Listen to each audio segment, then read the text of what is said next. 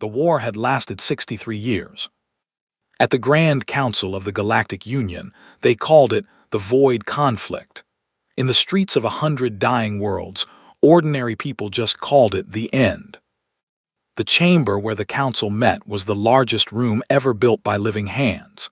It floated in orbit above the neutral planet of Kethsor, held in place by gravity fields and old treaties, and the shared belief that maybe, just maybe, someone inside that room still had an answer. They did not. Ambassador Dral of the Velhari stood at the center podium. He was 12 feet tall, blue-skinned, with 4 arms that usually moved when he spoke. Right now they were still, all 4 of them. That alone told the room everything. "We have reviewed the data," he said. His voice moved through translation devices and came back in 100 different sounds across the chamber. "We have run every model. We have consulted every surviving strategist from every member species. The outcome does not change." He pulled up the star map. 300 red circles floated above the chamber floor, 300 worlds swallowed by the void. Each circle was a graveyard now, not even ruins left. Just cold rock scraped clean of everything that had ever lived on it.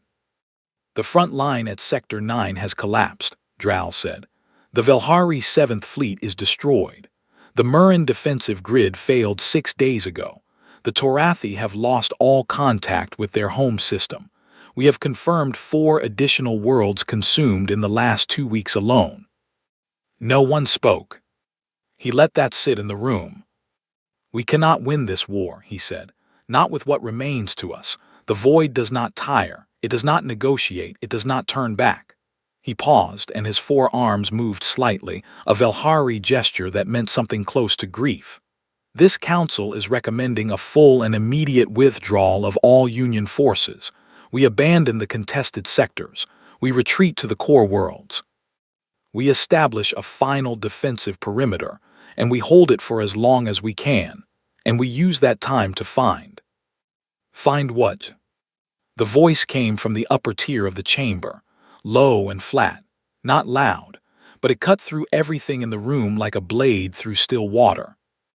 Every head turned. The human section sat in the upper tier. 12 delegates, small and soft-looking compared to most of the species in the chamber. 2 arms each. No scales, no extra eyes, no natural armor. The one who had spoken was a woman older, with short gray hair and a face that had stopped doing much moving some years ago. Ambassador Lin Dao, Earth's voice at the Grand Council for 19 years. "Find what exactly?" she said again. Drow looked at her. "Ambassador Dao, we understand this is difficult. What will we find behind a perimeter that we haven't found in 63 years of fighting?" The room stirred. It was not considered polite to interrupt. It was especially not polite to interrupt Drow, who stood 3 times her height and represented a civilization 4,000 years older than humanity's first written word. Drow was quiet for a moment. "We would use the time to find another solution." "There is no solution from behind a perimeter," Lin said. She stood. She was very short compared to nearly everything else in the room. She did not seem to notice this. "You retreat now and the void follows. It has always followed, you know that. We know that staying means losing everything. You know what staying has meant so far," she said. "You don't yet know what fighting could mean." A louder stir moved through the chamber. Ambassador Harak of the Murin spoke from across the floor, his voice carrying the soft, clicking undertone of his species beneath the translation. "With great respect, Ambassador Dao, the Human Union fields 46 warships in active service. 46. The combined remaining fleets of the Union number in the thousands, and we cannot hold the line. What exactly are you suggesting?" Lin looked at him. Her face still did not move very much. "I'm not suggesting anything yet," she said quietly. "I'm pointing out that you haven't asked us what we can do. You've told us how many ships you've seen. That is not the same thing." Harak made a sound that did not translate well. "Is there something we have not seen?" She looked at him for one more moment. Then she picked up her data pad, clicked something on it and sat back down. The vote was held 40 minutes later. It was not close. Of the 42 species seated on the Grand Council, 38 voted for full retreat. 3 abstained. The Human Union voted no. 1 vote against 38. The retreat order passed. Lin Dao walked out of the chamber without speaking to anyone. Her 12 delegates followed behind her in a single quiet line. None of them looked back. The message reached Earth 14 hours later. It arrived through the standard relay system, marked with the Grand Council seal, written in the careful diplomatic language that made horrible things sound like administrative decisions. The Council had voted. The void conflict was to be treated as concluded. All Union member species were strongly advised to begin withdrawal procedures with immediate effect. Final defensive perimeter coordinates would be distributed within 48 standard hours. The message ended with a line about honoring the sacrifices of the fallen. In the office of Director Amos Keel, head of Earth Strategic Command, 3 people read it in silence. Then Keel set the pad down on his desk. "Well," he said. He was a large man, wide hands, wide shoulders, the kind of build that suggested he had been made for a very different century. He had spent 11 years fighting at the front before being pulled back to run Strategic Command. He had not slept a full night in any of those years. He looked at the 2 people across from him, Commander Yara Osai, Intelligence Chief, Admiral Tomas Reyes, Head of Fleet Operations. "They voted to quit," he said. "They voted to survive," Oda said. Her voice was careful.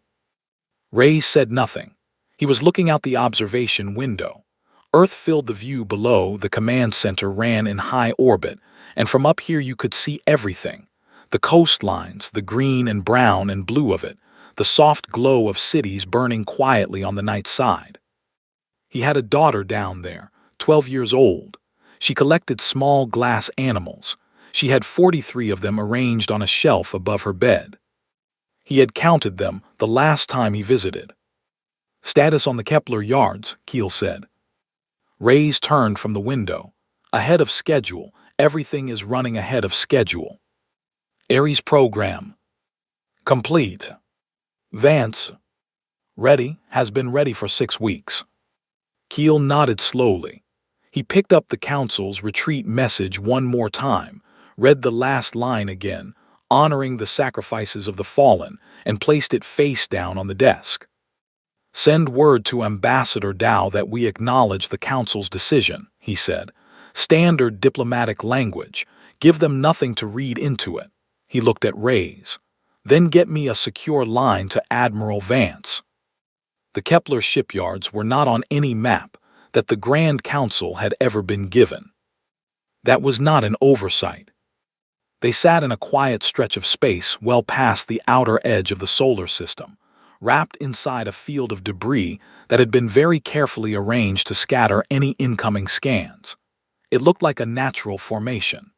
It had been made to look that way over the course of 4 years by a team of engineers who had been told, in plain language, that this was the most important work of their lives. 8 stations, 43 dry docks, running for 11 years on funding buried across 6 government departments under labels like Long-Range Infrastructure Development and Deep System Survey Operations. The humans had gotten very good at labeling things. Admiral Sierra Vance stood on the command deck of the HUMAS Defiant and looked at the yards through the observation port. She had been stationed here for 3 years. She had watched it grow ship by ship, dock by dock. She had watched the vessels come out one at a time, massive, dark, shaped in ways that didn't look like anything else the galaxy had built, because they were built around ideas the galaxy had not had yet. Her coffee was cold. It was always cold. She had never once in 3 years managed to drink it while it was still hot. The chime of an incoming transmission sounded behind her. "Vance." Keel's voice. She knew before he said it what he was going to say. "The Council voted," he said. "I heard. 38-1, full retreat." "I know." A pause. "We're not retreating." She looked out at the ships. 46 of them fully crewed and armed, sitting dark and still in the yards. 60 more still inside the docks, nearly finished. 30 more behind those, frames only for now but coming along faster than anyone expected. 46 ships against the void.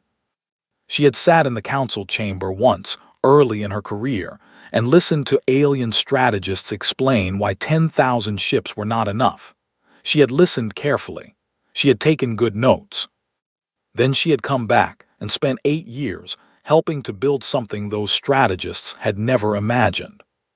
Full engagement authorization, she said. Full no restrictions. You have everything we have.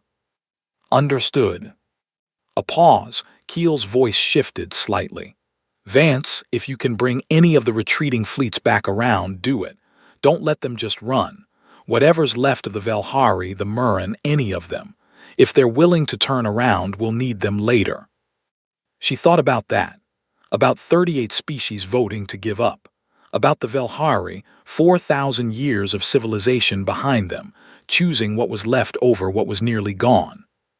She did not blame them. She was also not going to let them go without at least seeing what they were leaving behind. I'll see what I can do, she said. The line closed. She stood there for a moment with the cold coffee in her hand, looking at the dark ships. Then she turned to her crew. Arya, she said, wake everything up. The voice that came back was even and smooth, with no particular weight of emotion in it. Arya did not worry the way people did. She calculated, assessed, projected. But sometimes Vance thought that the steadiness of that voice was its own kind of comfort. Activation signal going out to all vessels now, Arya said. Estimated full readiness across all 46 ships, 9 minutes, 40 seconds. Dock releases for the secondary group are on a 12-hour countdown. Good, get me a fleet-wide channel. Channel open, Admiral. Vance looked at the ships one more time. Dark hulls, no light catching on them, sitting perfectly still. All crew, she said, this is Admiral Vance. The Grand Council has voted to end the war. They are pulling back every fleet in the Union. She paused for exactly 1 second. We are not pulling back. We are going forward. That is what this fleet was built to do. You know the mission. You know your ships. You know what we're carrying. Another pause. The galaxy thinks the war is lost. Let's go show them what that word actually means. She closed the channel. Arya spoke again. Admiral, current void projection puts their leading edge at the Kepler threshold in approximately 8 days, 14 hours. Then we have time to hit them before they get here. We will be engaging at a significant numerical disadvantage across initial contact scenarios. I know. I was going to note, Arya said, that every engagement model I have run places that disadvantage within our projected operational parameters. We built these ships with this disadvantage accounted for. Vance set the cold coffee down on the edge of her console. Yeah, she said, we did. On the far side of the galaxy, the void moved. It was not a single thing. It had never been a single thing. It was tens of thousands of machines, interconnected, running on logic older than most living civilizations. It moved through space like water moves downhill, constant, inevitable, finding every open path. It located worlds. It processed what it needed from them. It moved on and left nothing. It had done this for a very long time. It had developed through long experience a very accurate model of how organic civilizations responded to it.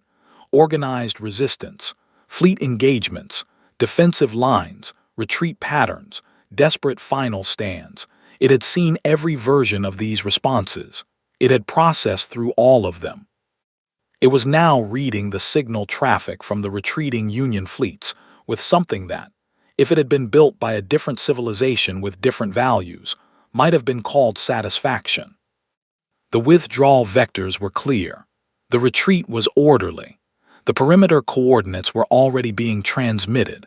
The void adjusted its advance pattern accordingly and moved to cut off 3 of the larger retreat columns before they reached the core sectors. It did not flag the quiet cluster of signals from the far edge of human space.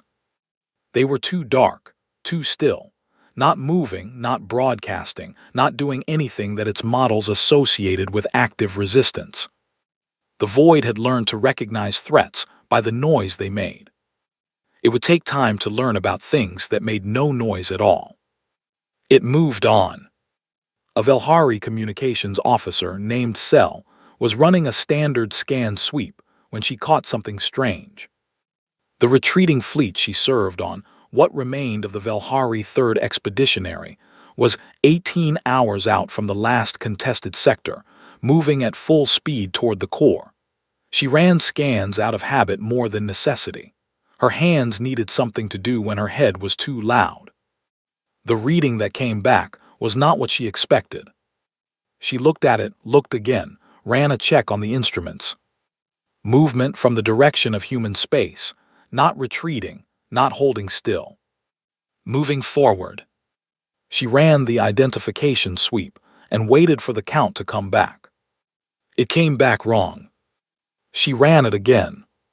It came back the same.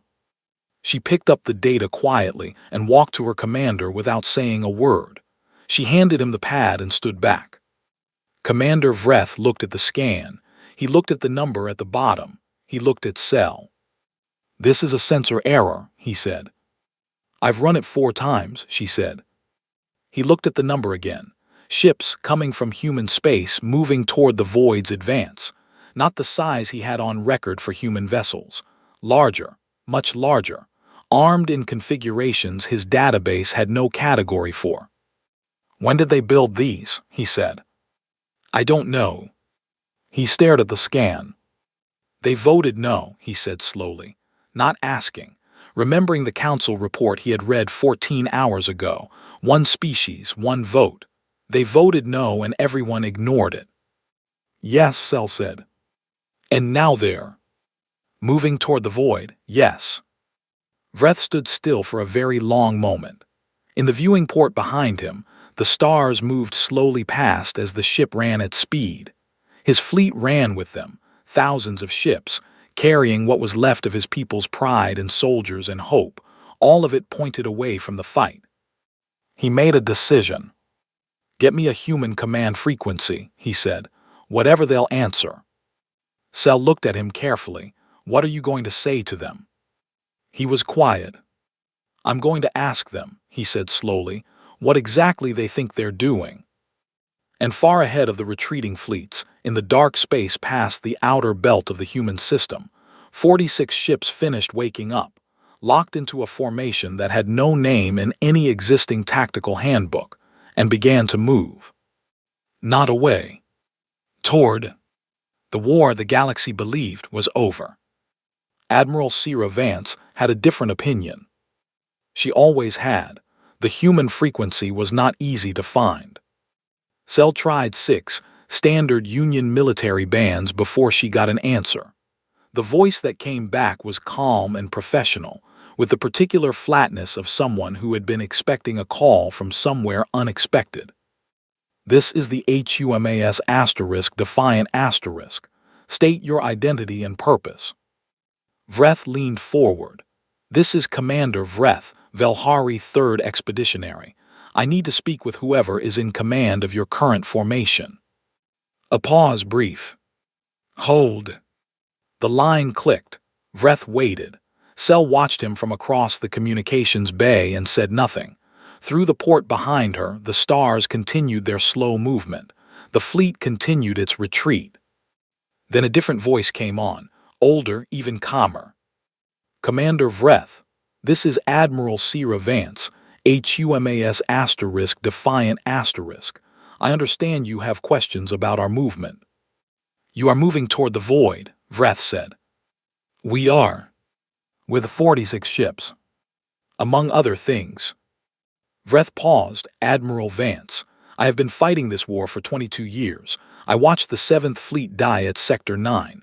I watched the Murrin grid fail. I was in this chamber when we received confirmation of Torathi Prime." He stopped. "I am not a person who gives up easily. I voted at my own council against retreat before the Grand Council vote even happened. I was outvoted." "I know," Vance said. I read your service record. That surprised him. He had not expected that. Then you know I'm not asking this question to be difficult, he said. I am asking it because I genuinely do not understand. 46 ships against the void is not a battle. It is a statement.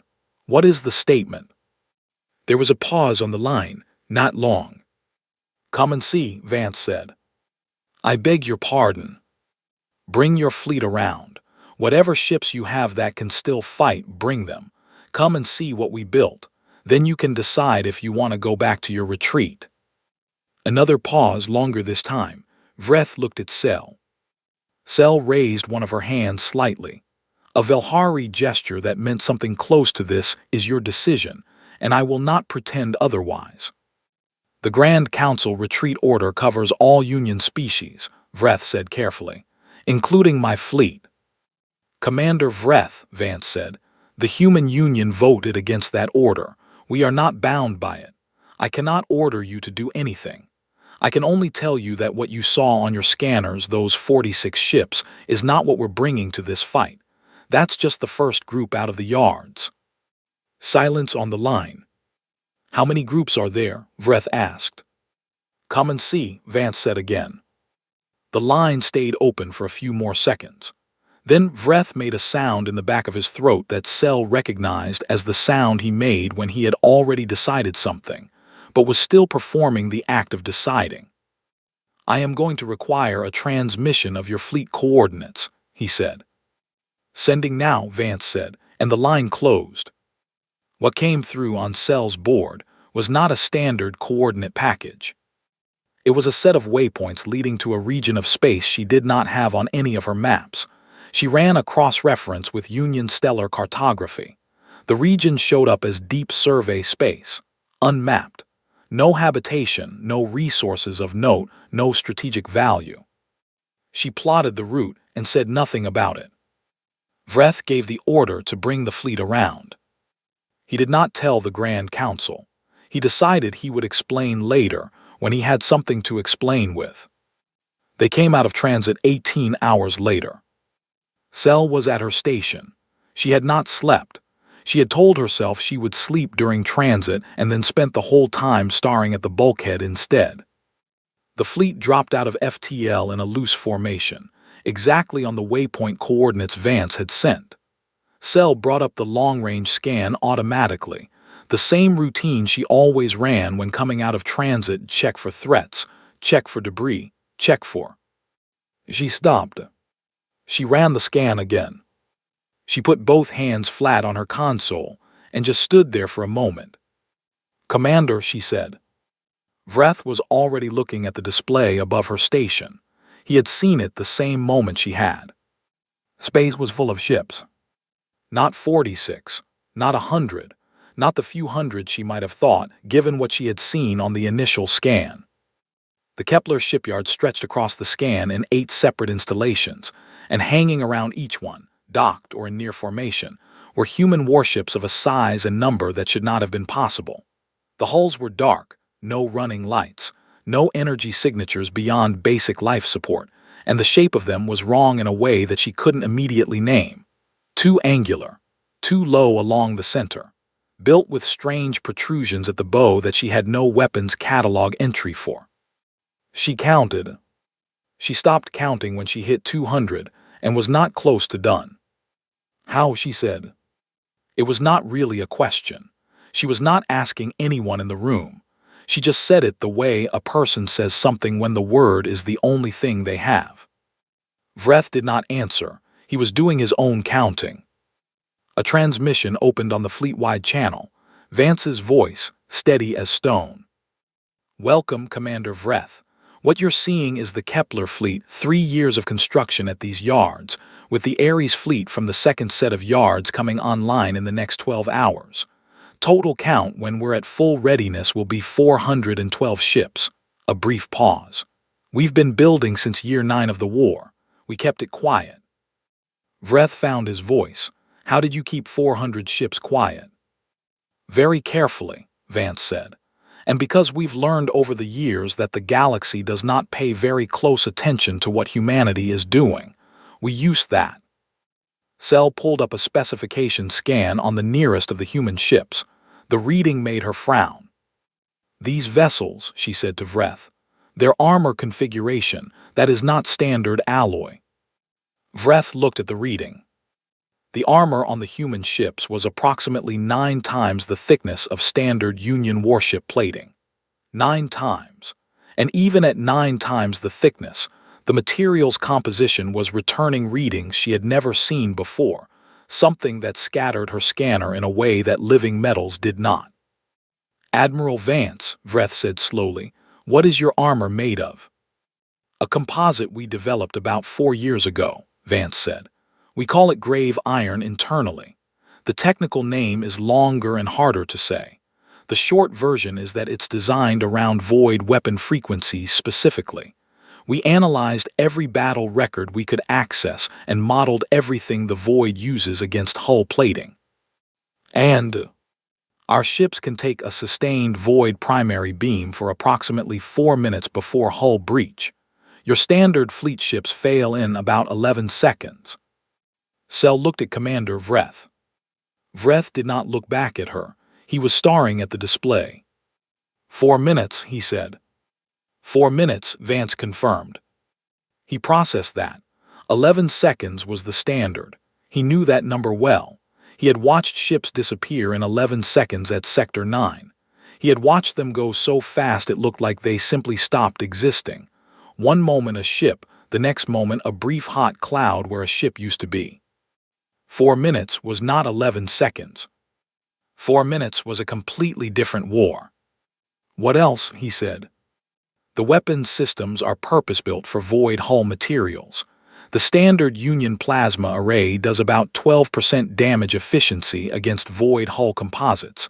We redesigned the entire delivery system." A pause. "Ours runs at roughly 81%. Cell made a sound. It was not a word. It was just a sound. 81%. She did the math automatically and then stopped because the math kept coming out to numbers that rewrote everything she understood about this war. "And your crews," Vreth said, "trained specifically for void engagement patterns. Every crew member has been through a simulation program that runs around 2,800 hours before they ever board one of these ships. We've modeled every void tactic we've ever recorded, and a few hundred we projected they might develop." A pause. "Arya runs the real-time tactical overlay during engagement. She's faster than any organic commander for in-the-moment adjustments." "Arya," Vreth said, "your fleet AI." "She's been running combat projections since Year 9, Vance said. "She knows the void better than anything else in this galaxy, possibly better than the void knows itself." A calm, smooth voice entered the channel from a different source. "That claim is not fully verifiable," Arya said, "but the engagement modeling data does support a high probability of tactical advantage across the majority of projected encounter scenarios." Vreth stared at the display for a long moment. "You built all of this," he said, "and you told no one." "We told the Grand Council we voted no," Vance said. "They didn't ask why." The secondary fleet arrived 11 hours later. Cell watched them come out of transit in groups, 20 ships at a time, 30, then a group of 60 that made her scan board light up like a festival display. The Ares fleet, Vance had called it. They were slightly different from the Kepler ships, a newer design, longer at the bow, with additional weapons platforms along the upper hull spine. When the last group arrived and the count finalized, Cell sat with the number for a moment. 419 ships. The final count was slightly higher than Vance had projected. Word had spread through Vreth's fleet quickly. It spread the way things spread through a retreating military formation that had just been given a reason to stop retreating. Quietly at first, then louder, then all at once. Commanders were calling Vreth's line. Officers who had been preparing for the long run to the core perimeter were suddenly asking different questions. Vreth held a fleet-wide address. He told them what he had seen. He did not dress it up. He gave the numbers and the specifications and let those speak. Then he said that he was giving every commander in his fleet a choice. The retreat order stood. The Grand Council had issued it and he could not override that, but he was turning his ship around and anyone who wanted to follow was welcome to. He closed the channel. Cell watched the navigation readouts.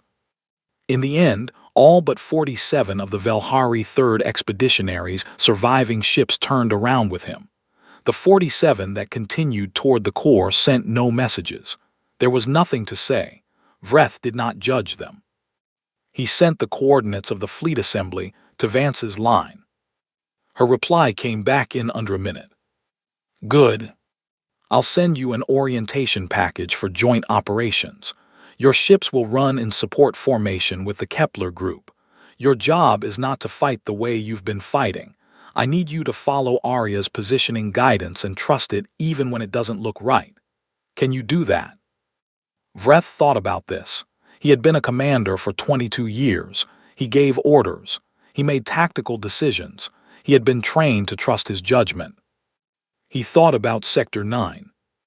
Yes, he said. One more thing, Vance said. I sent word to the Murren and Torathi fleet commanders. A few others. Some of them are coming. When they arrive, I'd appreciate it if you talked to them. About what? About what you saw when you got here, she said. Some of them will believe it easier coming from another species than from us. He understood that.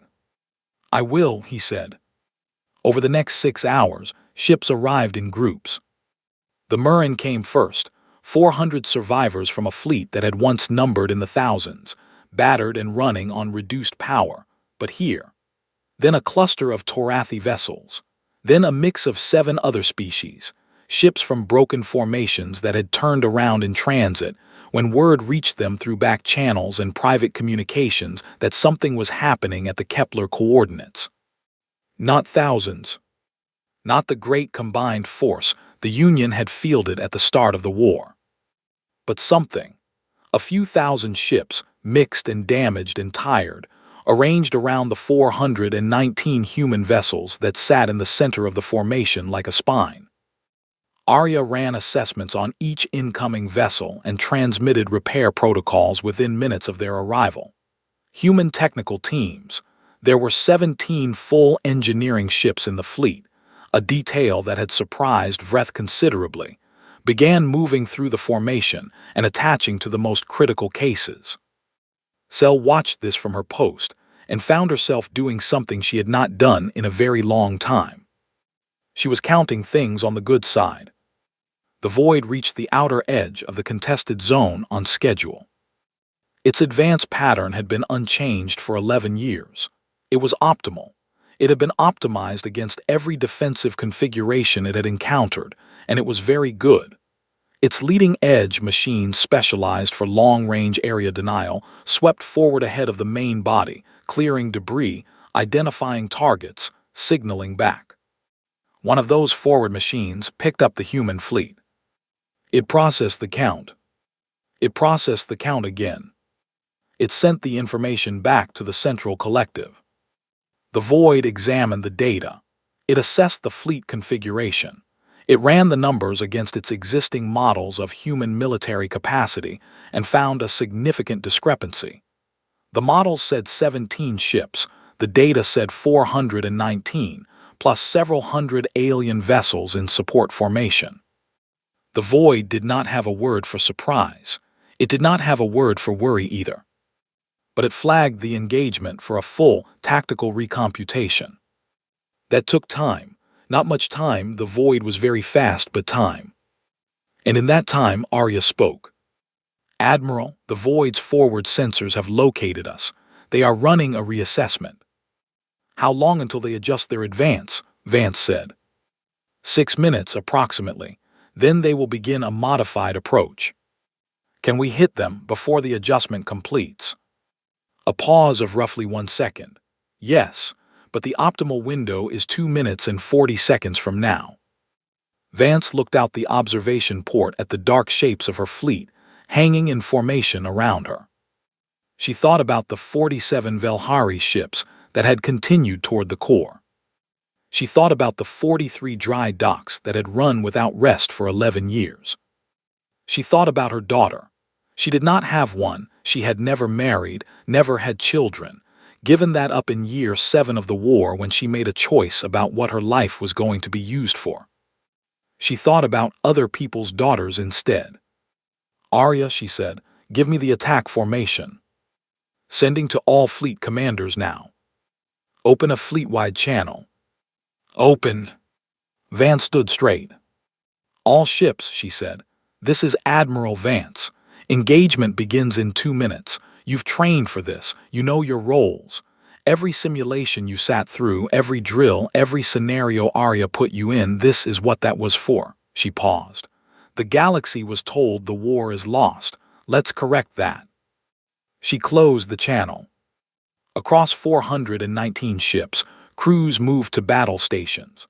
On the alien vessels in the support formation, commanders read the attack coordinates Arya had transmitted and found themselves running the numbers and finding, to their considerable astonishment, that the positioning made sense. Strange sense built on logic they did not fully follow, but sense.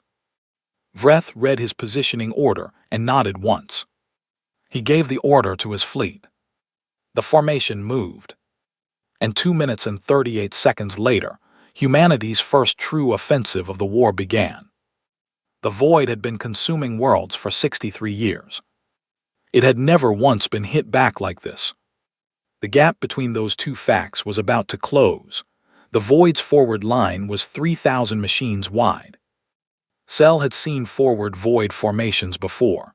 She had been in engagements against smaller versions, 500, 800 machines at the front edge with more behind. She knew what they looked like on a scan board. She knew how they moved. She knew what they did to ships that got close. She also knew, from painful experience, that the correct response when seeing a 3,000 machine forward line was to not be where it was pointing. The human fleet was pointing directly at it. "They are going straight at the front," she said. Vreth was reading the same information. "Yes." "That is," she stopped herself. "Their positioning has them hitting the densest part of the formation first." "I see that." "Commander, the densest part is the densest part because that is where the most weapons are." "I understand geometry, Cell." She closed her mouth. On her screen, the human formation was moving at a speed that was also wrong, faster than standard engagement approach, much faster, aggressive in a way that Union fleet doctrine specifically prohibited. Union doctrine said you approached a void formation at reduced speed to allow for responsive maneuvering. You maintained spread. You kept your exit vectors clear. The humans were doing none of those things. They were doing the opposite of all of those things. Then the void's forward line opened fire. The beams came out in the characteristic way she knew, blue-white, sustained, overlapping fields of energy that had ended thousands of ships over 63 years. They hit the leading edge of the human formation. The leading ships did not explode. They rocked, hard. Several of them showed hull stress readings on her scan that would have been a death sentence for a standard Union vessel. But they stayed together. They kept moving. They closed the distance to the void line and then they were inside it, past the maximum effective range of the forward beam weapons, in the space between the void machines where the fire was less coordinated, and then the human weapons came on. Cell had never seen weapons like that. They were not plasma arrays. They were not the standard particle lances that Union ships used. They were something that came out of the human bow emitters in focused pulses, dark-edged, short duration, hitting the void hull composites and not scattering the way plasma did. Not bouncing. Not spreading the impact across the whole surface harmlessly. Punching through. A void machine that took a direct hit from a human pulse weapon did not drift. It did not go dark and continue moving on momentum. It came apart. Not catastrophically. Not the way a ship exploded when its power core failed, but structurally. The hull composition unraveled. The machine simply stopped being a machine and became a collection of parts that no longer worked. The first 30 seconds of the engagement produced 47 destroyed void machines. Cell read that number and checked it again. 47 machines in 30 seconds.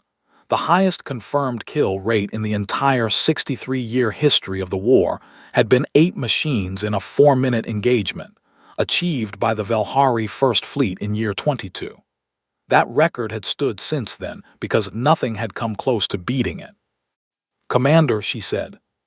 "I see it," Vreth said. The Void's forward line tried to reorganize. This was what it always did.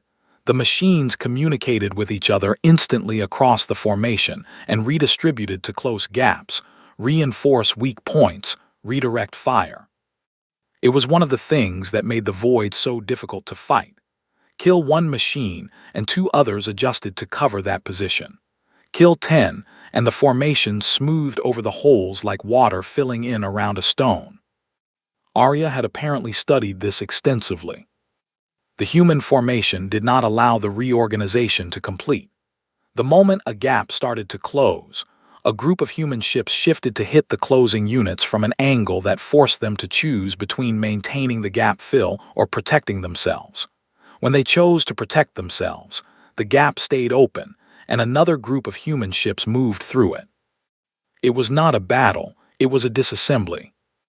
The Void forward line was being taken apart piece by piece, by a fleet that seemed to know what it was going to do before it did it. "They're following Arya's overlay in real time," Vreth said quietly. He was not talking to Cell. He was just saying it to the air working through it. Every ship is responding to the same tactical picture simultaneously. No hesitation, no command delay. "They trained for this," Cell said. "For 2,800 hours each." He shook his head slowly. 2,800 hours. I have officers who don't have 2,800 hours of total combat experience. Inside the Defiant Asterisk, Vance watched the engagement from the command deck. The battle board in front of her was a live feed from Arya's tactical overlay, a 3-dimensional map of the engagement, color-coded and continuously updating, with probability projections running in the margins. Red for Void machines, green for human ships, blue for the Allied vessels in the support formation. It looked right. It felt right. The numbers were moving the way Arya had projected they would. That did not stop her hands from being cold. "Ship losses," she said. 3 ships reporting significant hull stress in the red zone, Arya said. HUMAS Resolute is showing a hull breach on decks 7 through 9. Crew compartments are sealed. No crew loss yet. Hammer Rise has lost 1 forward weapons array, shifting to secondary. Kessler is still fully operational despite impact readings that suggest it should not be. The Grave Iron is holding. Better than projected in the outer stress bands, Arya said. The Void is not targeting our weak points effectively because their targeting models appear to be optimized for standard Union hull configurations. They're hitting us where they would hurt a Murren frigate. Which is not where they hurt us. Correct. Vance looked at the board. The Void forward line had lost 600 machines in the first 4 minutes. By any standard she had ever learned, that number was impossible. By the standard of what she knew about these ships and this crew and Arya's projections, it was merely very good. "What's the secondary body doing?" she said. "The Void's main force is approximately 40 minutes out and adjusting course. They have identified us as the primary threat and are moving to engage with their full capacity." "Good," Vance said. "Admiral, I want to be clear about what full capacity means in this context. The Void main body contains approximately." "I know what it contains." "Then you know the engagement at full contact will be considerably more difficult than the forward line." "I know that too." A pause. "I mention it not because I believe you are unaware, but because this seems like an appropriate moment to confirm that our operational plan accounts for it." "It does." "Good," Arya said. "Then I will continue managing the forward engagement." Vance almost smiled. The forward line broke at the 20-minute mark. Not retreated, not reorganized. Broke. A front that had been 3,000 machines wide came apart into disconnected clusters that the human fleet chased and disassembled individually before they could reform. The Void had a protocol for this. It was a fallback pattern, a regrouping maneuver. Every Union commander in 63 years of war had learned to recognize it and respect it. The human fleet did not respect it. Arya had apparently modeled the regrouping protocol in considerable detail and had prepared specific counterformations designed to interrupt it. The moment the Void clusters began moving into regrouping vectors, human ships were already in position to block them, not to fight them, to stand between them and the regrouping points, so that the clusters had to fight through a wall of grave iron plating to get where they needed to go. The clusters fought. The grave iron held. Vreth had stopped talking. He was watching his secondary display, which was running the engagement data in real time. Loss counts. Void machines destroyed, 1,100, 900, 940. Rising. Human ships lost, 0. Union allied ships, 0. Human ships with significant damage, 9 and climbing but holding formation. Over 1,000 Void machines had been destroyed. In one engagement. In under 30 minutes. He had fought in this war for 22 years. He had fought in over 60 engagements. He had never seen anything close to this. He had stopped being able to contextualize it with his existing knowledge and was just watching the numbers move. "Sell," he said. "Yes, Commander." "Record everything. Every sensor reading, every tactical movement, every communication. All of it." "Recording," she said. "The Grand Council is going to need to see this." She looked at him. "Are you going to send it to them?" He thought about the vote, 38-1, the retreat order, the line about honoring the sacrifices of the fallen. "No," he said. "I'm going to wait until there's more. Then I'm going to send them so much data they will have to sit down." The Void's main body came in at the 38-minute mark.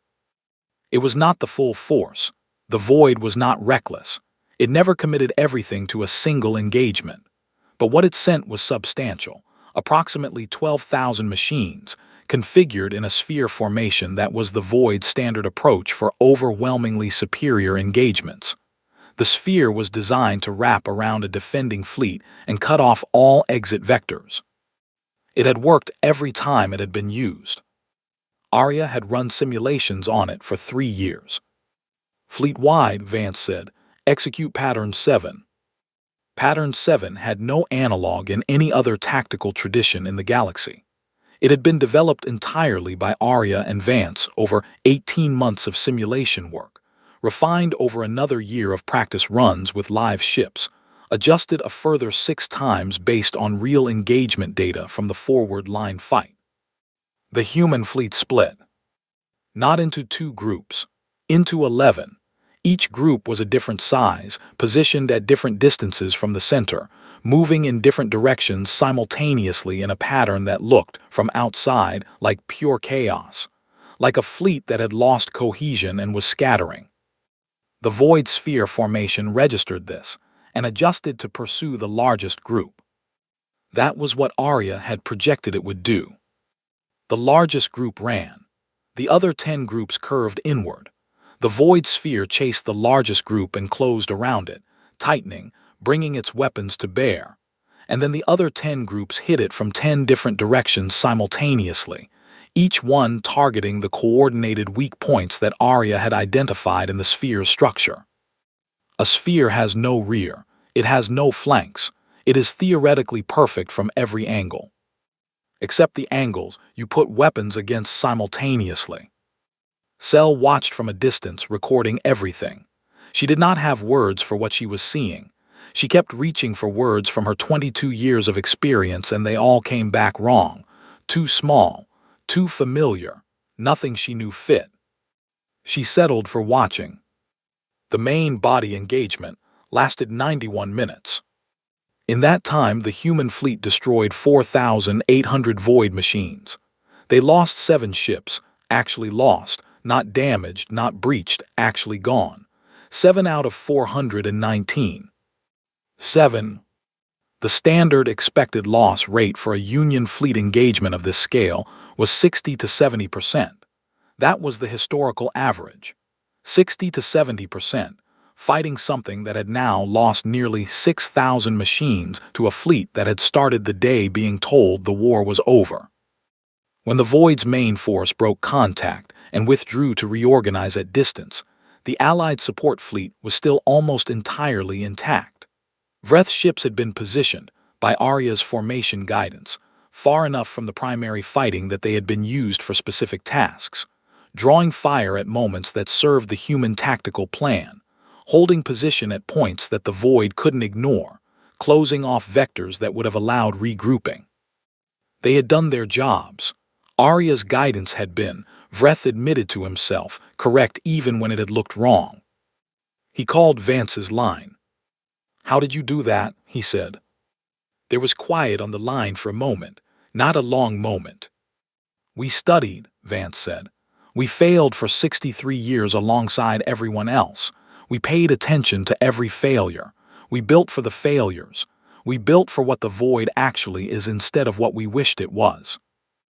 Vreth thought about the 63 years, about the 300 worlds, about the vote in the chamber where 38 species had decided the study time was over and it was time to run. "You should have told us," he said. He did not say it as an accusation. He was just nodding what was true. "We tried," Vance said. "Every time we brought data to the Grand Council about new approaches, we were told the current combined fleet strategy took priority. Every time we raised concerns about weapon effectiveness, we were told the combined fleet had more experience with Void engagements. We stopped raising it and started building instead." A pause. "We voted no," she said. "That was us telling you." He did not have an answer for that. News of the engagement moved fast. Not through official channels. The official channels were running retreat traffic, and no one who ran official channels was paying attention to signals coming from a region of space that was supposed to be empty. It moved through the fleet communications that Cell had tapped into, through the crew-to-crew transmissions that spread across Vreth's ships and from them to the Murren vessels, and from those to everyone else in the Allied group. Word that the Void had taken 6,000 losses in a single engagement. Word that a human fleet had done it. Word that 7 ships had been lost on the human side. 7. In the retreating fleet still making their way to the core perimeter, officers receive the messages and read them twice, and then read them to their commanding officers. In the ships that had voted to continue retreat rather than turn around, there were conversations happening that had not been possible 6 hours ago. A Murren fleet commander named Auras had been running hard toward the perimeter coordinates. She had been running hard for 18 hours. She was not a person who second-guessed herself. She had made her decision, and she understood why she had made it. She read the numbers coming in from the Kepler engagement zone. She read them again. She sat with them for a long time. Then she called her navigation officer. "New heading," she said. The Void did not retreat. It withdrew. There was a distinction, and the distinction mattered. Retreat was disorganized, driven by damage and loss. Withdrawal was controlled, tactical, intentional. The Void had taken significant damage. It had processed the new data, the human weapons, the armor configuration, the tactical patterns it had not encountered before, and was running its own adjustments. It was not going away. It was changing. Arya flagged this immediately. "The Void's withdrawal is at a rate consistent with regrouping rather than retreat," she said. "They are moving to a distance of approximately 400,000 kilometers. Based on formation changes I'm reading, they are restructuring their approach strategy." "How long?" Vance said. "Unknown. The restructuring is a novel pattern. I have not seen this particular adjustment before." A pause. "They are learning." "They always learn." "Yes, but they have never had to learn this much this fast before." Another pause. "Admiral, I want to flag something." "Go ahead." In every previous engagement the Void has had with Union forces, their adjustment cycle has averaged between 4 and 7 days. During that time, Union forces typically retreated or consolidated, which gave the void the space and time to complete the adjustment without pressure. And if we do not give them that space and time, if we maintain pressure during the adjustment cycle, I project the adjustment will be less complete and less effective. Vance looked at the battle board. The void formation withdrawing. 400,000 kilometers of space between them and it. And on the other side of the human fleet, more ships arriving, another group from the second Ares fleet batch, and now alien ships too, turning around mid-retreat, adding their hulls to the formation. "What does maintaining pressure look like?" she said. "It looks like not stopping," Arya said. Vance nodded slowly. She thought about the Grand Council, about 38 species deciding that the cost of continuing was too high. She thought about the void, processing its losses, adjusting its models, preparing to come back. She thought about what happened to the galaxy if it came back, and they had not finished the job. "Right," she said, "then we don't stop." She opened the fleet-wide channel. "All ships, brief window for emergency repairs and crew rest rotation. 4 hours, then we move forward." She closed the channel. Outside the observation port, the dark shapes of the fleet hung still and quiet in the star-scattered black. Behind them, new ships were still arriving, more turned-around alien vessels, more of the secondary Ares group, filling in the formation. 4 hours. Then forward. The void was learning. So was she. She had been doing it longer. The void came back in 71 hours. Not 4 to 7 days, not the standard adjustment cycle, 71 hours. Arya flagged it at the 2-hour warning mark, and Vance was awake in 4 minutes, still pulling her jacket on as she walked onto the command deck. She had slept for 6 hours total across 3 attempts. She was running on something past tired that had stopped having a name somewhere around hour 40. "Talk to me," she said. "They've restructured their approach in ways I partially projected and partially did not," Arya said. "The formation is new. They're running a distributed mesh pattern rather than a sphere or line, machines spaced farther apart, operating more independently than they have in any recorded engagement. Counter to our pulse weapons." "Correct. Our weapons are most effective at range against clustered targets. A distributed mesh requires either closer engagement distances, which exposes our ships to more sustained fire, or a spread of fire across more targets simultaneously, which reduces per-target effectiveness." "How much reduction?" "Approximately 40%. Vance stood at the battle board and looked at the incoming formation. Wider than anything the void had deployed before. Deeper too, 3-dimensional distribution that created no clear front or rear. "They're smart," she said. "They are 63 years of accumulated combat experience," Arya said. "They have been doing this for a long time. We should not be surprised that they respond to new information effectively." "Are we surprised?" "No, we planned for this." A brief pause. "We planned for approximately this. The specific mesh configuration differs from our projected adaptations in several ways. I am running revised engagement models." "How long?" 20 minutes. "They'll be in range in 18. "Yes," Arya said, "I'm aware of that." Vance looked at the board. 18 minutes. 20 minutes for Arya to run full revised models. 2 minutes of improvisation in the gap. "Give me what you have now," she said. "Incomplete is better than nothing." Deploying partial pattern overlay now. The second engagement was not like the first. In the first engagement, the void had used tactics it had refined over decades. The human fleet had been ready for those tactics. The match had been, in the bluntest terms, a hammer against a wall that had been built specifically to resist hammers. In the second engagement, the void showed up with something other than a hammer. The distributed mesh was hard to fight. The wider spacing meant that when human ships moved to close-range engagement, the range where the pulse weapons were most effective, they were surrounded by machines rather than hitting a concentrated mass. Fire came from multiple directions simultaneously. The grave iron held, but it was taking sustained damage from more angles than it had been designed to absorb at once. Human ships started showing real damage numbers for the first time. Not 7 losses, not manageable. Inside the first 20 minutes, 6 ships had hull breaches bad enough to pull them from the line. Inside 40 minutes, that number was 22. The Resolute Asterisk, which had taken a breach in the first engagement and been patched in the maintenance window, took 2 more and lost power to its main weapons grid.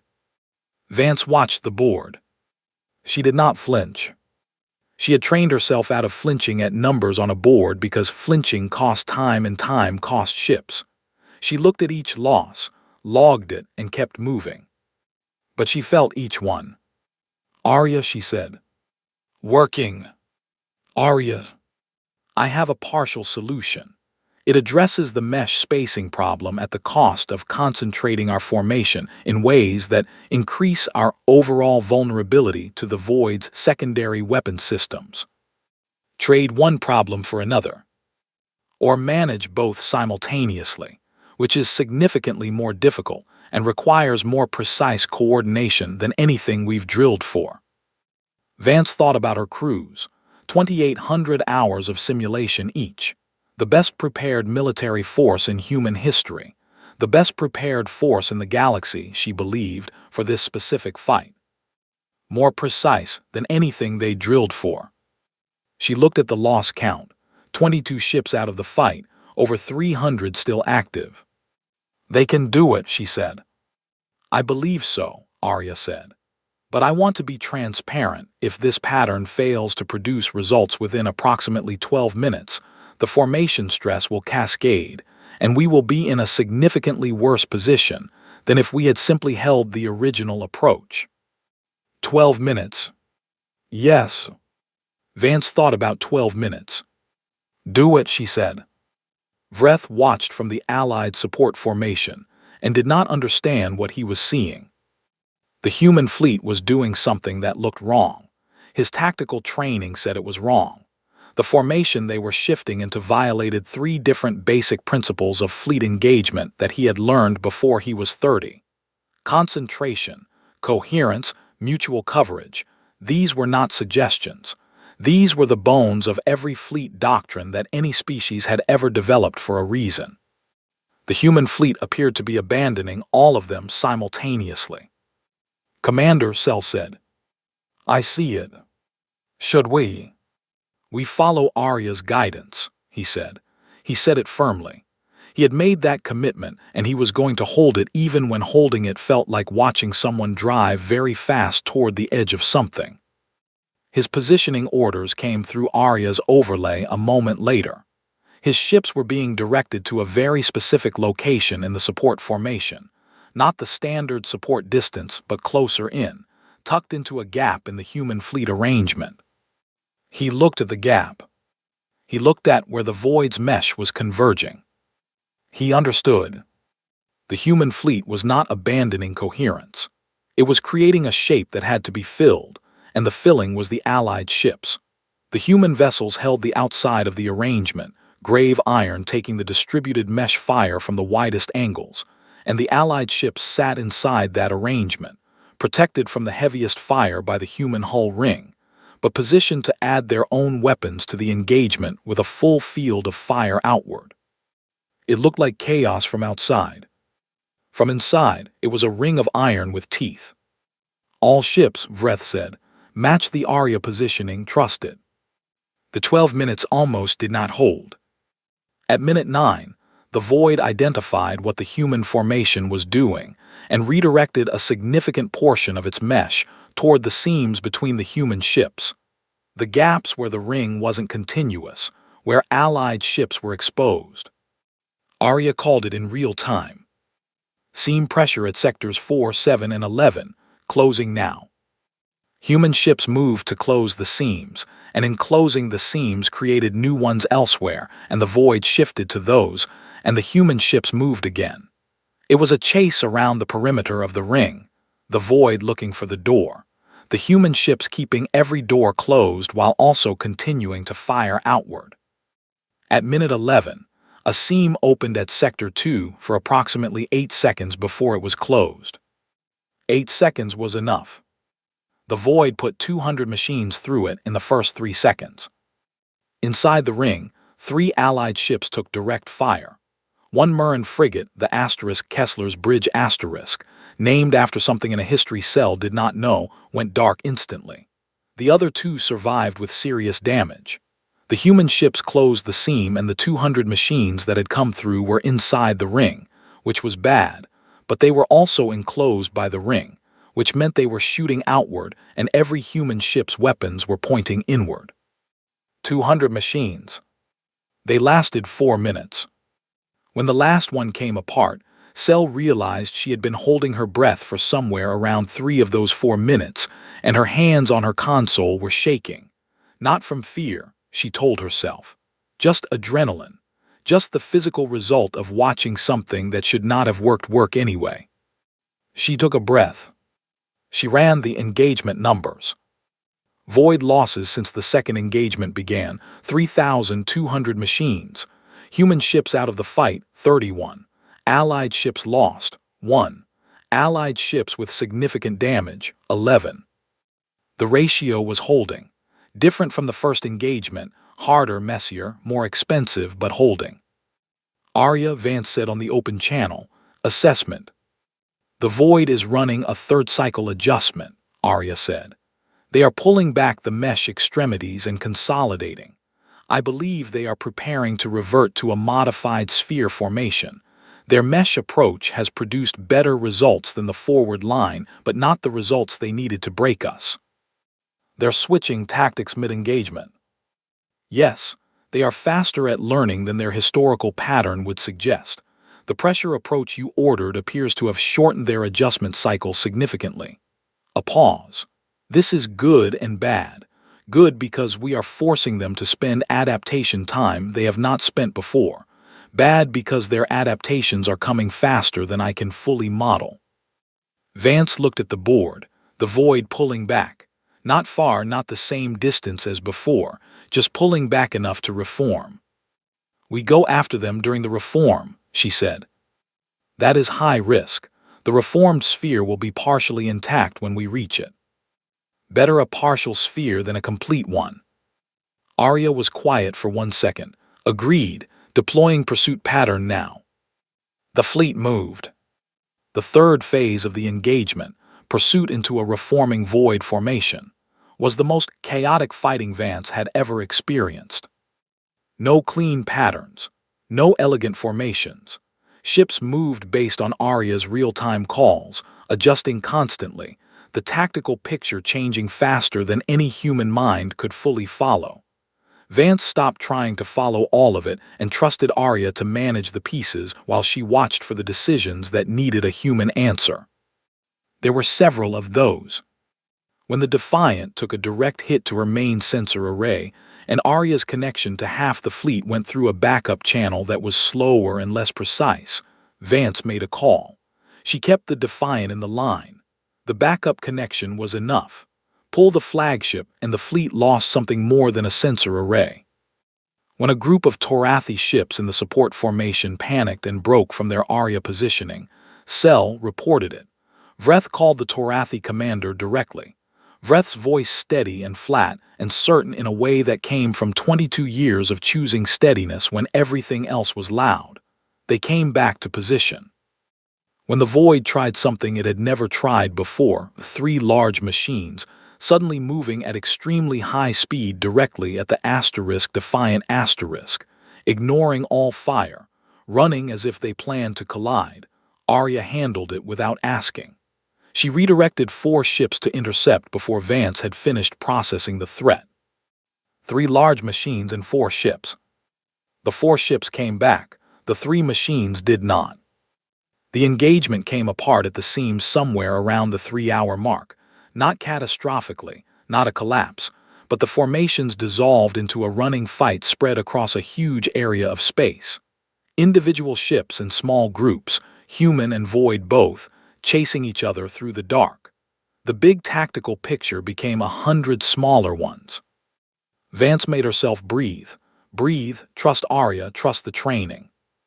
Then Arya said something she had never said before. "Admiral, I need to discuss the Ares option." Vance went still. The Ares option was not in the fleet-wide briefing documents. It was not in the tactical manual. It was in a separate file, eyes, only that 3 people knew about: Keel, Vance, and Arya. They had never expected to use it this early. "Not yet," Vance said quietly. "Our loss count has reached 58 ships," Arya said. "The Void has lost over 6,000 in this engagement alone, but they still have a significant reserve they have not committed. If they commit the reserve, I project our ability to maintain formation integrity drops significantly." "What's the reserve count?" "Based on signal tracking, approximately 15,000 machines held back from the main engagement body." 15,000. Against what remained of roughly 360 functional ships. Vance thought about the Ares option. She thought about what it would cost to use it, not in ships, not in lives. In time. "How long until the reserve commits?" she said. "My current projection is between 4 and 7 hours, based on the Void's observed decision-making speed in this engagement." 4 to 7 hours. Can we keep them from committing for 4 hours? "It is possible, not comfortable, but possible." "Then we do that," Vance said, "and I will make a call in 4 hours about the option." Understood. Word of the ongoing battle had now reached the Grand Council. It had not come through official channels. Drow received the information the way old commanders always receive information that official channels are not ready to carry. From a junior officer who had a contact who had heard from a ship's communications officer who had been in Vreth's fleet and was still transmitting. He read the numbers. He read them again. He sat in his office on the Grand Council station, in the room where he had prepared his remarks for the vote, and he read the numbers one more time. 6,000 Void machines destroyed, rising. Human fleet losses, 58, still operational as an offensive force. Full Allied fleet complement still largely intact. He thought about what he had said at the podium. "We cannot win this war." He thought about Ambassador Lin Dao walking out of the chamber without looking back. He picked up a communications device and opened a direct line to the Human Union delegation. He waited. Lin Dao picked up after 3 rings. "Ambassador," he said. "Ambassador Drow," she said. Her voice was exactly as flat and unmoved as it had been in the chamber. "I imagine you've seen the reports." "I have." A pause. "We asked you," she said, quiet, not unkind, just true. "We asked you what you hadn't asked us." "Yes," he said. He had nothing else to add to that. "What do you want, Ambassador Drow?" He looked at the numbers again. 6,000, 58. An active offensive fleet operating against a Void force that had been losing every calculation it ran. "I want to know," he said slowly, "what else you haven't shown us." Lin Dao was quiet for a moment. "That's a long conversation," she said. "We have time." She paused again. "We may not actually," she said, "but I'll tell you about the Ares option and we can go from there." He had not heard that phrase before. "What is the Ares option?" "Something we built for the end," she said.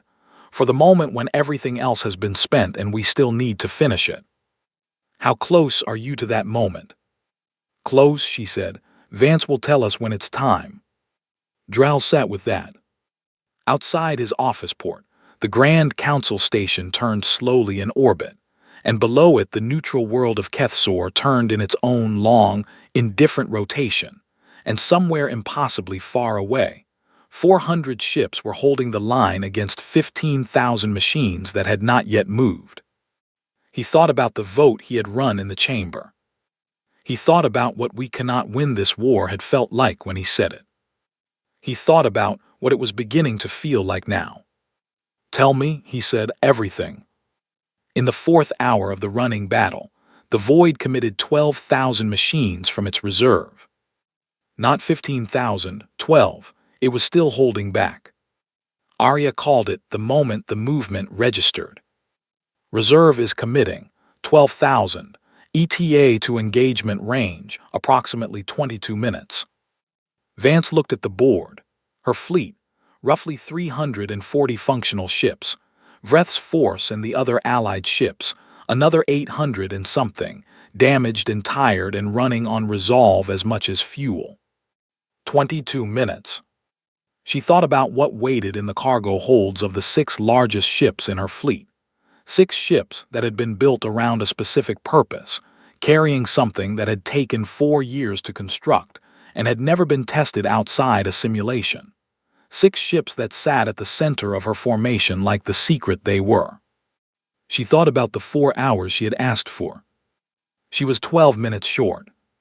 She made the call. Arya, she said, Ares option, full authorization. Confirmed, Arya said. Initiating now. I recommend all Allied fleet commanders receive an immediate briefing.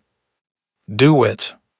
And Admiral, you should know that once we begin, we cannot stop at an intermediate point. It is all or nothing. I know, Vance said. That's why we waited this long. In the cargo holds of the 6 central ships, systems that had been dormant for the entire engagement began to power up. They drew more energy than the weapons systems, more than the engines, more than everything else on the ships combined. The lights on the 6 ships dimmed noticeably. The lights on the ships around them dimmed slightly. In Vreth's fleet, Arya's briefing was arriving. Sel read it first and then handed it to Vreth without speaking. He read it. His 4 arms went still. This is real, he said. Admiral Vance built it, Sel said. The schematics are attached. I've been going through them. Is it going to work? Sel looked at the schematics. She was a very good communications officer. She was not an engineer, but she had been in this fight long enough to understand a few things about what engineering could do when the people doing it had been told there was no other way. I think, she said slowly, that it's going to change everything. The Void's reserve moved toward them in the dark, 12,000 machines spread wide, and the 6 human ships at the center of the fleet finished powering up something that had no name in any other language because nothing else in the galaxy had ever tried to build it. The war was about to stop being something the galaxy had been losing. It was about to become something else entirely. The briefing that Arya sent to every Allied commander was 7 pages long and contained enough technical information to fill a library. Most of the Allied commanders read the first page and stopped. The first page was enough. Vreth read it twice. He read the key line 3 times. The Ares option is a networked resonance disruptor field designed to broadcast a specific frequency set tuned to the electromagnetic signature of void machine cognitive architecture. In simple terms, it does not destroy void machines. It disconnects them. He looked up from the page. Disconnects, he said. From each other, Sel said. She had been reading faster. She was on page 4. The void machines run on a shared processing network. Every machine is connected to every other machine simultaneously. That's how they communicate instantly, how they adjust formations so fast, how they adapt. She paused. The resonance field disrupts the connection frequency, not the machines themselves, the connection. Vreth thought about this. The void was not thousands of separate machines. He knew that. Every strategist in the Union knew that. The void was one thing, spread across thousands of bodies. Remove the connection and you did not have one thing. You had thousands of very complicated pieces of metal with no one home. How long does the field last? He said. That's the problem, Sel said. She had reached page 6. It's not a sustained broadcast. It's a single pulse. They built it as a pulse because a sustained field would require energy levels that aren't physically achievable with current technology. She was quiet for a moment. The pulse duration is estimated at between 90 seconds and 4 minutes depending on conditions. After that, the void network will reestablish. So it gives us a window. Yes. What do we do with the window? Sel looked at him. The answer was in page 7, but she didn't need to read it to know. We kill as many machines as we can in the window, she said. As many as possible. Disconnected machines revert to last known programming, basic functions, no coordination, no collective intelligence. They become individual problems instead of one massive one. And 400 ships can kill a lot of individual problems. Yes. Vreth thought about the reserve coming in. 12,000 machines. After this engagement, the Void had perhaps 20,000 remaining between what he could estimate from their formation data and what had not yet been committed. 20,000 machines disconnected. And everything the galaxy had left. He opened a channel to every allied commander in the formation. He didn't do a long speech. He was not built for long speeches in moments like this. You've all read the briefing, he said. When the pulse fires, you spread out and hit everything you can reach. Don't cluster, don't form up. Single ships, pairs, small groups spread across as wide an area as possible and kill whatever is in front of you. Arya will give you targets in real time. Follow them without hesitation. He paused. We have had 63 years of this. This is the window at the end of 63 years. Use it. He closed the channel. Cell was quiet. Commander, she said. Yes. The pulse. It only works if it reaches all the machines simultaneously, if the range is insufficient. Arya has confirmed the range covers the current void formation, he said. What about the reserve, the machine still at distance? He had already thought about this. Arya is managing that. They are delaying the reserve's advance, buying time for the reserve to move into range. Cell looked at the tactical display. The Void's 12,000 machine reserve moving inward. The existing engagement ongoing. Human ships still fighting, still losing ground slowly as the numbers pressed. Buying time. She understood what buying time cost. How many of our ships are going to reach the pulse moment, she said. Vreth did not answer immediately. Enough, he said.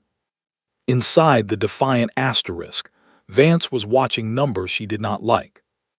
The reserve was still 4 minutes from full engagement range. The 6 Ares ships needed the reserve inside pulse radius to make the option worth using, hit the machines that were already fighting, and the machines coming in, all at once, no second chance. Every machine that reached the re-establishment phase while still at operational numbers was a machine they would face again at full coordination. 4 minutes, and her fleet was being pressed.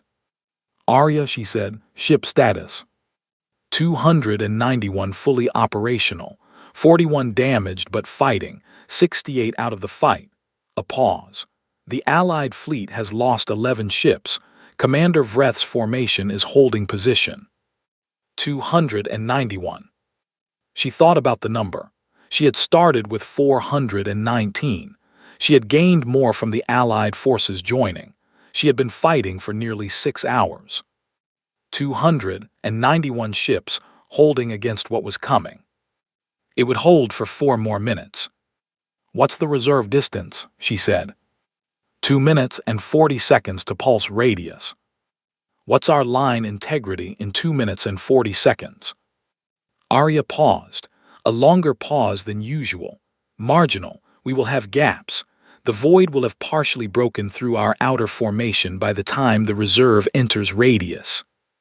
Can we hold the Ares ships clear? Yes, I am routing all pressure away from the 6 Ares ships currently. The rest of the fleet is taking additional engagement load to compensate. The rest of the fleet, absorbing more fire so the 6 quiet ships at the center could stay intact long enough. She looked out the observation port. She could see nothing with the naked eye. Space was too big, and the battle was spread across too much of it. But she knew they were out there. Her ships, taking hits so the secret in the cargo holds could stay safe for 2 more minutes. Tell them, she said, fleet-wide. Tell them why they're absorbing the extra load. Tell them what they're covering. Admiral. People fight harder when they know what they're fighting for, she said. Tell them. Transmitting now. On the HUMAS *Kessler*, Weapons Officer Dana Choi heard the message. She was on her third patch job of the engagement. 2 prior hull seals had been done by the engineering crew, and this one she had done herself with a kit from the emergency locker, because the engineering crew was busy with something more critical. The seal was holding. She was reasonably sure it was holding. The message came through the shipwide channel, Arya's voice, calm as it always was. The 6 Ares ships require 2 minutes and 15 seconds of clear space to complete their power cycle. The fleet is currently absorbing additional fire to provide that clearance. What those ships are carrying will end this engagement if deployed. Your current position and performance is what makes the deployment possible. 2 minutes and 15 seconds. Dana Choi looked at the seal she had just put on the deck. She looked at her weapons console, which was showing 3 of 6 arrays still functional. She got back to her station. She worked her 3 functional arrays for 2 minutes and 15 seconds like they were 6. The reserve hit engagement range at 2 minutes and 9 seconds. Close enough. Ares ships, Vance said, fire. The pulse did not look like anything. That was the first thing Cell noticed. She had been expecting something visible, some flash, some wave front, some indicator that something significant was happening. She watched her display. Nothing she could see. Then the void formation stopped. Not slowed, not hesitated, stopped. All of it. The reserve, the main engagement body, the machines that had been in close range fighting with human ships 30 seconds ago.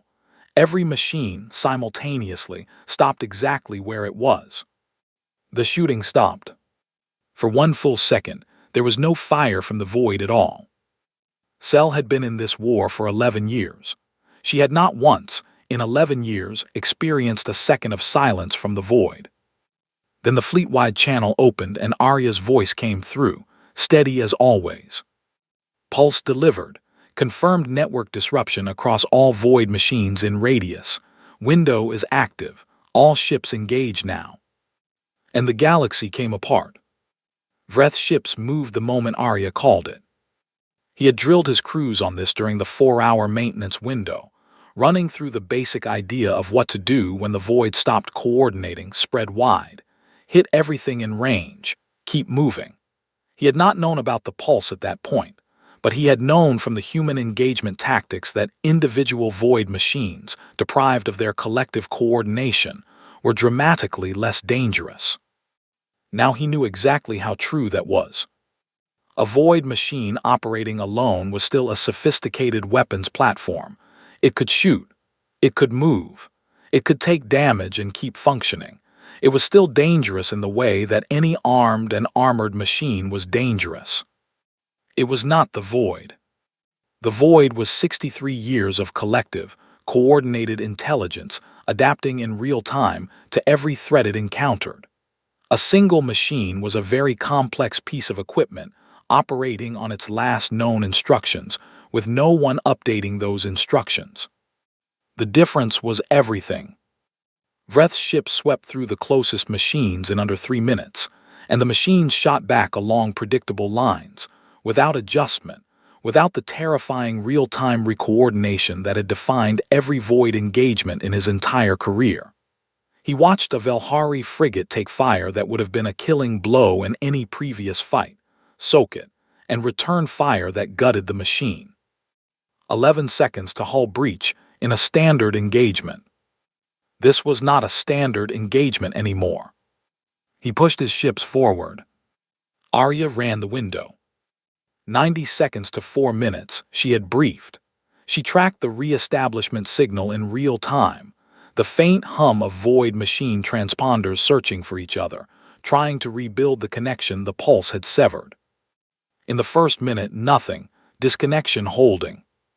She directed every ship with an active weapons array toward target assignments based on proximity, threat level, and the geography of where concentrated kills would do the most damage to the void's remaining total numbers before re-establishment happened. In the second minute, she detected the first re-establishment attempts. Faint, unsuccessful. The closest machines to each other were trying to reconnect, but the pulse had not just interrupted the signal. It had overwritten the frequency handshake, and the machines needed time to find the new handshake before they could rebuild the network. She had time. In the third minute, the kill count crossed 8,000 machines. 8,000 in 3 minutes. The previous record was 6,000 in a full engagement. The Allied ships were doing tremendous work. Vreth's fleet had split into exactly the kind of spread attack pattern he had briefed, individual ships and pairs moving at speed through the frozen void formation, firing and moving, not stopping long enough to give any individual machine the time to get a proper bead on them. In the fourth minute, the re-establishment attempts became more organized. Network re-establishment in approximately 90 seconds, Arya called. The kill count crossed 11,000. 60 seconds. 13,000. 30 seconds. 14,200. Vance looked at the board. The remaining void machines somewhere around 6,000 distributed across a wide area of space. A large number. In any previous context, a terrifying number. In the current context, a number that had just spent 4 minutes being individually killed by every ship she had. 10 seconds. 14,700. Re-establishment complete. The void snapped back. The remaining machines reconnected. The collective intelligence rebuilt itself across 6,000 bodies instead of 21,000. It assessed its situation. It calculated its losses. It processed the new information. It processed that it had lost 14,700 machines in 4 minutes. It processed that it was currently outnumbered by a combined human and allied fleet that was not retreating. For the first time in 63 years, the void arrived at a calculation that every living being in the galaxy understood instinctively, but that the void had never needed to learn. It ran the math on fighting and ran the math on not fighting. The math said the same thing both ways. It began to withdraw. Not reorganize, not adjust, not pull back to a safe distance for reforming.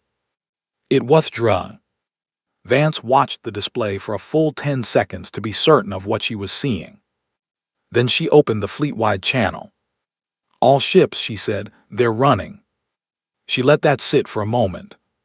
We follow. The pursuit lasted 19 hours. The void did not stop to reform. It did not try new tactics. It ran, and the human fleet chased it, and the Allied ships chased alongside, and the void shed machines at every engagement because the remaining 6,000 were still fighting with the intelligence of the collective, still adapting, still learning, still dangerous. But they were 6,000 against everything humanity had brought, and the math had stopped working for them 23 hours ago and had not started working since. At the 11-hour mark of the pursuit, Arya called a new count. 3,000 void machines remaining. At the 16-hour mark, 1,200. At hour 19, the pursuit came to an end in a region of space that had no notable features. No stars nearby, no planets, no debris fields. Just open space, and the remnant of what had consumed 300 worlds caught between the human fleet and the Allied ships and nowhere useful to go. Vance looked at the display. 214 machines. Arya, she said. Yes, Admiral. Can any of them escape the engagement zone? A pause, no. Formation has complete coverage. She thought about what she was about to do. She thought about 300 worlds. She thought about what lived in those 214 machines, 63 years of accumulated intelligence, the ghost of whatever civilization had built them, a mind that was old and had never once known defeat before 5 days ago. She thought about what happened to the galaxy if she let any part of it survive. Finish it, she said. The last void machine came apart at hour 19, 31 minutes, and 44 seconds into the pursuit. Arya noted the timestamp. She noted it because she had told Vance once during a quiet late shift in year 2 of the Kupla project. Recording the exact moment things ended seemed important, not just for history, for the people who had been inside those moments and would want to know later, when exactly the thing they had feared became the thing they didn't have to fear anymore. The timestamp went into the record.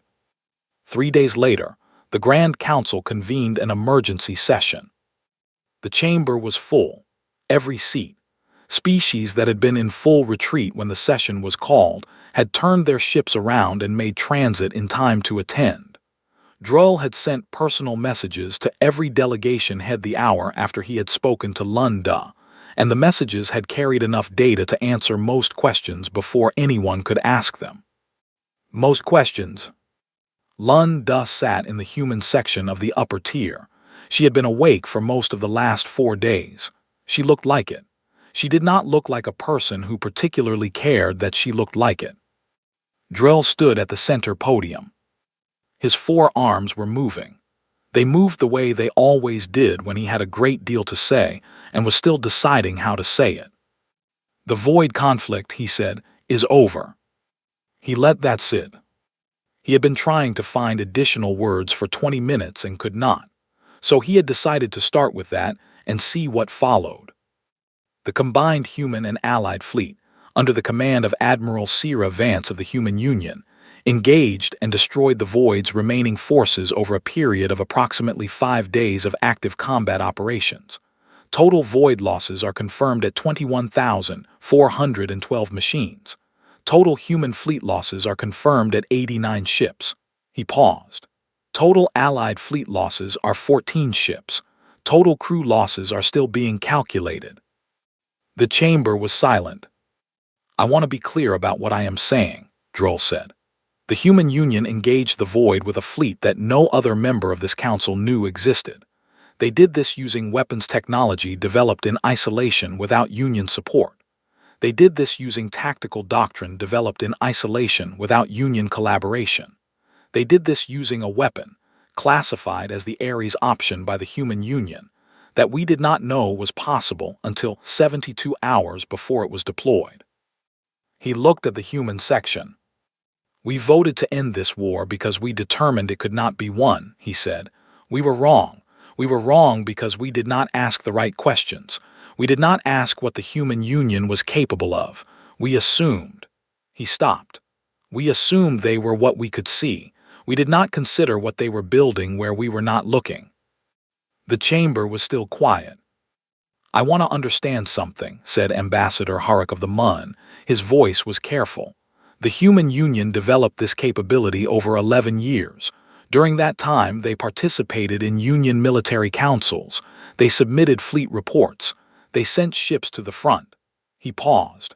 They reported 17 active warships. Yes, Lunda said from the upper tier. And they had 400.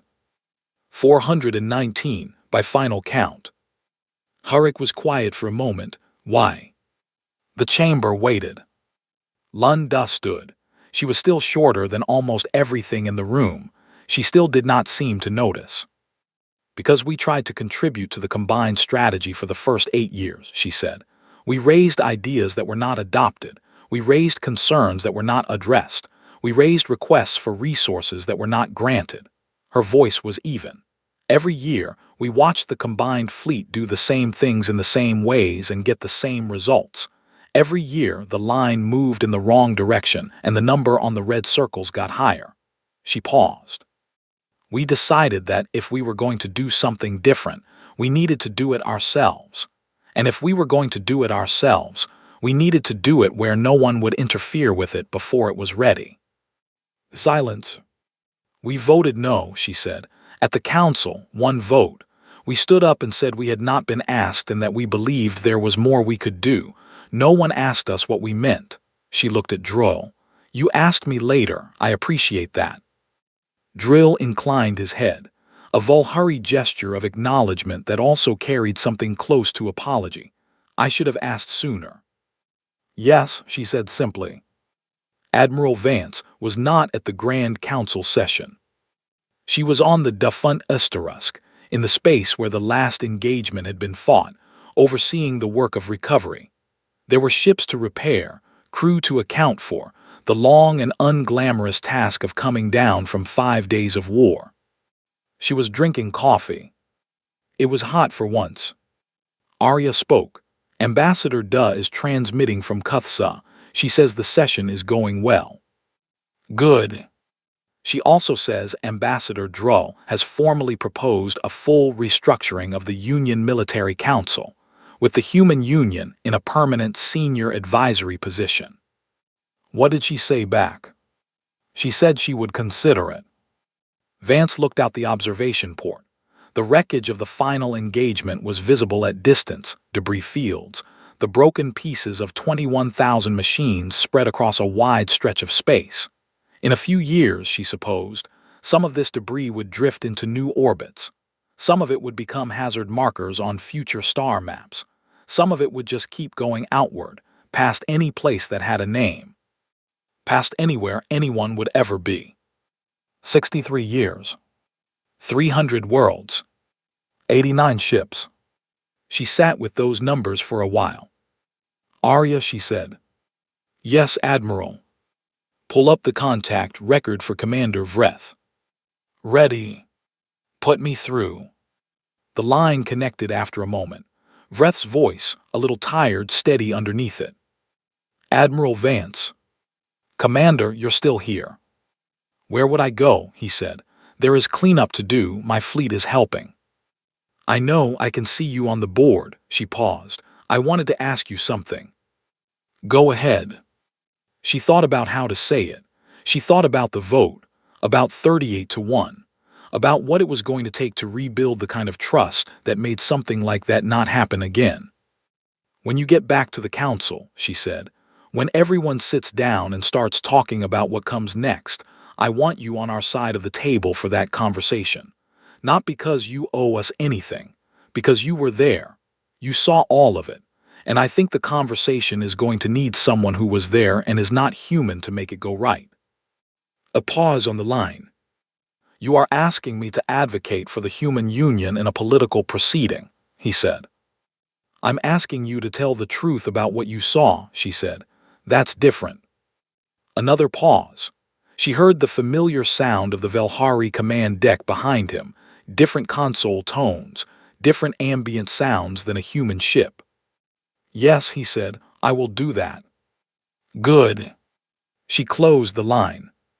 She drank her coffee while it was still hot.